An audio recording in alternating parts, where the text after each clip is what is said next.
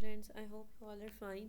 10th class chemistry का हम लोगों ने चैप्टर नंबर 9 स्टार्ट किया हुआ था, केमिकल इक्विलिब्रियम। केमिकल इक्विलिब्रियम के जो लास्ट टॉपिक था, ठीक है, इम्पोर्टेंस ऑफ इक्विलिब्रियम कांस्टेंट। ये आपके स्मार्ट सिलेबस में तो कट करवाया हुआ था, लेकिन जो एक्सरसाइज के क्वेश्चंस उन्होंने स्मार्ट सिलेबस में इंक्लूड किए थे उसमें ये टॉपिक्स आपके थे। ठीक है, तो ये टॉपिक्स आपके फिर उस तरह से इंक्लूडेड है। ठीक है, तो इम्पोर्टेंस ऑफ इक्विलिब्रियम कांस्टेंट में दो हेडिंग्स हैं: predicting the direction of the reaction, predicting the extent of the reaction. ये जो फर्स्ट वाली हेडिंग है ये हम लोग आज करेंगे। ठीक है, तो सबसे पहले हम लोग बात करते हैं कि इक्विलिब्रियम कांस्टेंट होता क्या है। ठीक है, आप लोगों ने पूरा चैप्टर पढ़ लिया, आप लोगों को पता है कि इक्विलिब्रियम कांस्टेंट के सी को बोलते हैं। ठीक है, के सी क्या होता है? Products over reactant, concentration of products over concentration of reactants, इसको हम लोग इक्विलिब्रियम कांस्टेंट बोलते हैं। अब इस इक्विलिब्रियम कांस्टेंट को यूज़ करते हुए हम डायरेक्शन ऑफ रिएक्शन प्रिडिक्ट कर सकते हैं। प्रिडिक्ट का मतलब है कि हम लोग अंदाज़ा लगा सकते हैं या हम लोग पेशन गोई कर सकते हैं कि अब जो रिएक्शन है वो किस तरफ जाएगा, फॉरवर्ड की तरफ जाएगा या बैकवर्ड की तरफ जाएगा। ठीक है, तो इसके लिए आपकी बुक पे एक सिंपल सी एक्टिविटी या एक एक्सपेरिमेंट किया हुआ है। उसमें ये किया हुआ है कि आप लोग पढ़ चुके हैं कि हाइड्रोजन और आयोडीन को जब हम लोग मिक्स करते हैं, ठीक है, क्लोज्ड वेसल में, तो ये रिवर्सिबल रिएक्शन होता है और हाइड्रोजन आयोडाइड बनता है। ठीक है, ये जो हाइड्रोजन आयोडाइड यहाँ पे बनेगा, अब आपको पता है कि ये रिएक्शन पहले फॉरवर्ड की तरफ भी प्रोसीड करेगा और साथ ही ये बैकवर्ड की तरफ भी प्रोसीड करेगा। एक वक्त ऐसा आएगा जब इक्विलिब्रियम एस्टैब्लिश हो जाएगा। इक्विलिब्रियम में कुछ कंसंट्रेशन हाइड्रोजन की होगी, कुछ आयोडीन की होगी और कुछ हाइड्रोजन आयोडाइड की होगी। अब जब हम इन कंसंट्रेशंस को इस के सी में पुट करेंगे, प्रोडक्ट्स की कंसंट्रेशन को, रिएक्टेंट्स की कंसंट्रेशन को, तो हमारे पास आंसर 57 आएगा। के सी की वैल्यू क्या आएगी? 57। अब 57 वैल्यू तब आएगी जब ये रिएक्शन इक्विलिब्रियम को अचीव कर चुका होगा। ठीक है, अब हमें नहीं पता कि रिएक्शन ने इक्विलिब्रियम को अचीव किया है या नहीं किया।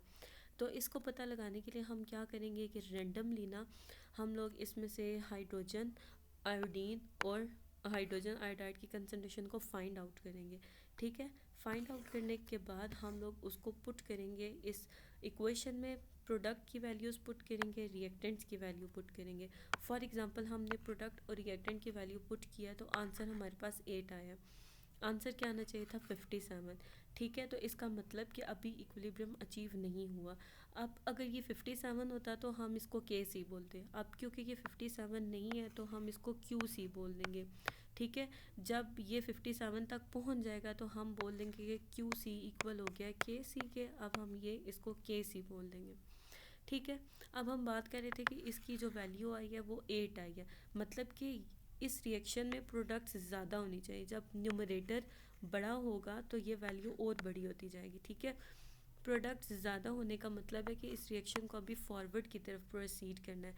तो हम कह देते हैं कि जब क्यू सी की वैल्यू छोटी होती है के सी से, ठीक है, तो रिएक्शन फॉरवर्ड की तरफ प्रोसीड करता है। क्यों? क्योंकि ज़्यादा प्रोडक्ट की ज़रूरत होती है।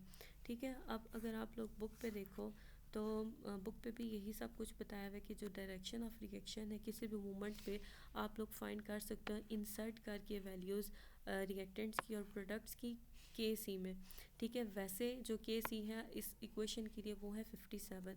ठीक है, अब suppose the concentration of components of mixture are, आपने किसी भी वक्त जो है वो मिक्सचर में से देखा है कि हाइड्रोजन की कंसंट्रेशन कितनी है, आयोडीन की कितनी है और हाइड्रोजन आयोडाइड की कितनी है।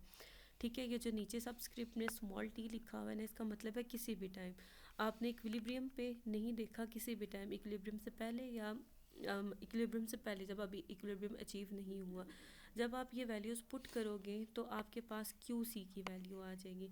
ठीक है, और वो वैल्यू आएगी 8। ठीक है, ये किस तरह से लिखा है आप लोगों को पता है कि पहले प्रोडक्ट्स ऊपर लिखते हैं, हाइड्रोजन आयोडाइड प्रोडक्ट है उसको हमने ऊपर लिख दिया, हाइड्रोजन और आयोडीन को हमने नीचे लिख दिया। हाइड्रोजन आयोडाइड के पीछे 2 था और इस 2 को हमने ऊपर लिख दिया पावर की फॉर्म में। ठीक है, जब हम आप लोग इसको कैलकुलेटर पर सॉल्व करोगे तो आंसर 8 आएगा। अब क्यू सी 8 आया है जो कि कम है के सी से, इसका मतलब है कि रिएक्शन फॉरवर्ड की तरफ जाएगा, ज़्यादा प्रोडक्ट्स बनेंगे। ठीक है, इसी तरह से हम लोग जनरलाइज कर लेते हैं। अगर क्यू सी की वैल्यू ज़्यादा होती है। अब क्यू सी वाला जो सर्कल है इन्होंने बड़ा ड्रॉ किया, इसका मतलब क्यू सी की वैल्यू बड़ी है। फॉर एग्जांपल के सी क्या था इस रिएक्शन में 57 था, क्यू सी फॉर एग्जांपल हम कह देते हैं कि 80 है, ठीक है।